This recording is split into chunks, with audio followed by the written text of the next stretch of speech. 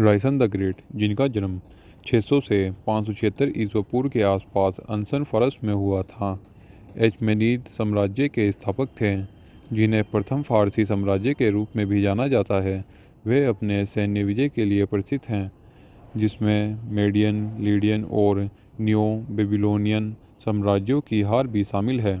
Cyrus के सम्मान की विशेषता उनकी धार्मिक सहिष्णुता और विविध संस्कृतियों के प्रति सम्मान की नीति है। जैसा कि साइरस सिलेंडर द्वारा उदाहरण दिया गया है, जिसे अक्सर मानव अधिकारों की प्रभावी घोषणा माना जाता है। 530 ईसा पूर्व के आसपास उनकी मृत्यु हो गई और उनके बेटे केबिस द्वितीय ने उनका उत्तराधिकारी बना लिया। साइरस की विरासत में प्रभुत्व, शासक और नेतृत्व का एक मॉडल होना, सिकंदर महान जैसे भविष्य के नेताओं को प्रभावित करना और ग्रीक, बेबीलोनिया और फारसी इतिहासकारों द्वारा ऐतिहासिक खातों में दर्ज किया जाना शामिल है। तो दोस्तों, आज हम रायसन के ग्रेट के बारे में 10 ऐसे फैक्ट जानेंगे जो आपने शायद ही कभी सुने होंगे। तो चलिए वीडियो स्टार्ट करते हैं। नंबर 1, साइरस का जन्म अनसन क्षेत्र में हुआ था, जो अब आधुनिक ईरान का हिस्सा है। उनका जन्म फ़ारस के शाही परिवार में हुआ था, जो बड़े अचमेनीद राजवंश का हिस्सा था। उनकी सटीक जन्म तिथि ज्ञात नहीं है, लेकिन अनुमान है कि यह लगभग 600 से 576 ईसा पूर्व की होगी। नंबर 2, साइरस को अचमेनिदीन साम्राज्य की स्थापना में उनकी भूमिका के लिए जाना जाता है, जिसे अक्सर प्रथम फारसी साम्राज्य के रूप में जाना जाता है। उन्होंने सैन्य अभियानों और विजय की एक श्रृंखला के माध्यम से इसे हासिल किया। उनकी सबसे महत्वपूर्ण उपलब्धियों में से एक 550 ईसा पूर्व में मेडियन साम्राज्य की हार थी। इस जीत से उसके शाही विस्तार की शुरुआत हुई। नंबर 3, साइरस के सैन्य अभियान मेडियन साम्राज्य से आगे तक फैले हुए थे। मेडस को हराने के बाद उन्होंने 546 ईसा पूर्व में लीडियन साम्राज्य पर विजय प्राप्त की, जो अब पश्चिम तुर्की में स्थित है। नंबर 4, साइरस सिलेंडर रायसन द ग्रेट से जुड़ी सबसे प्रसिद्ध कलाकृतियों में से एक है। यह एक मिट्टी का सिलेंडर है, जिस पर क्यूनिफॉर्म लिपि अंकित है, और इसे अक्सर इतिहास में मानवताकारी की सबसे प्रभावी घोषणाओं में से एक माना जाता है।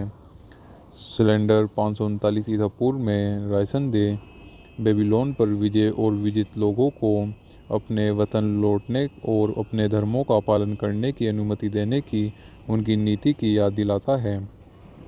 धार्मिक और सांस्कृतिक सहिष्णुता की यह नीति उनके शासनकाल की पहचान और इसे शासन के मानवाधिकारों के प्रभावी उदाहरण के रूप में मनाया जाता है। नंबर 5, साइरस महान अपने धार्मिक सहिष्णुता की नीति के लिए प्रसिद्ध हैं। अपने समय के कई विजेताओं की विपरीत उसने अपने द्वारा जीते गए लोगों को अपने सव्य के धर्म का पालन करना और अपने सव्य के देवताओं की पूजा करने की अनुमति दी। यहाँ तक कि उन्होंने मंदिरों के पुनर्निर्माण और पवित्र कलाकृतियों को उनके मूल स्थानों पर वापस लाने की सुविधा भी प्रदान की। इस दृष्टिकोण ने न केवल सामाजिक संवाद को बढ़ावा दिया, बल्कि विविध विषय आबादी की वफादारी हासिल करके उनके साम्राज्य की स्थायित्व में भी योगदान दिया। नंबर 6, साइरस महान की मृत्यु की सटीक परिस्थितियाँ ऐतिहासिक बहस का विषय बन गई है। कई खाते मौजूद हैं और उनके विवरण अलग अलग हैं। एक वृत्ता से पता चलता है कि उनके साम्राज्य के पूर्व में स्थित खानाबादोस योद्धा मासागेटे के खिलाफ अभियान चलाते समय युद्ध में उनकी मृत्यु हो गई। नंबर 7, साइरस महान की मृत्यु के बाद उनके बेटे केबिस द्वितीय ने उनका उत्तराधिकारी बनाया। केबिस ने 525 ईसा पूर्व में मीड्स पर विजय प्राप्त करके अपने पिता की विस्तारवादी नीतियों को जारी रखा और अचमेनिदीन साम्राज्य के क्षेत्र का और विस्तार किया।